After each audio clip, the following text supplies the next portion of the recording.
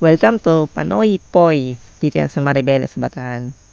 So magsimula tayo sa kanto ng Balonan ito. Diretso tayo sa Porto Circle, no? So yung mga kagagala, medyo rough road ng konti. Entrance fee nga pala, 10 piso din. Parking, 20 pesos. So diretso tayo ng konti. Mga ilang minutong lakad mga kagala.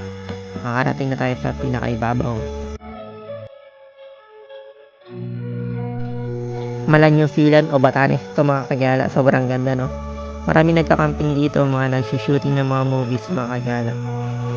Dito pa rin yan sa part ng Five Fingers sa Maribeles, Bataan, no? Maraming bangin dyan mga kagala. Ingat na lang din. Ayan, sobrang ganda dito mga kagala. Nakaka-relax yung lugar nila, no?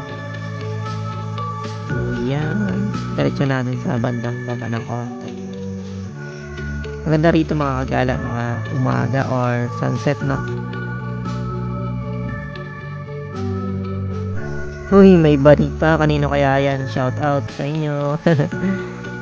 Yan, napakaganda ng lugar dito mga kagala sa bandang bangin, no? Yan, sarap.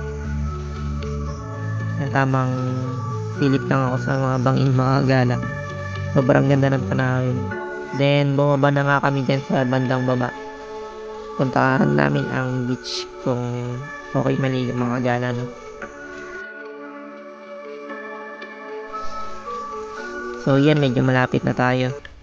So ito na nga mga kagala yung pinaka baba nila, no?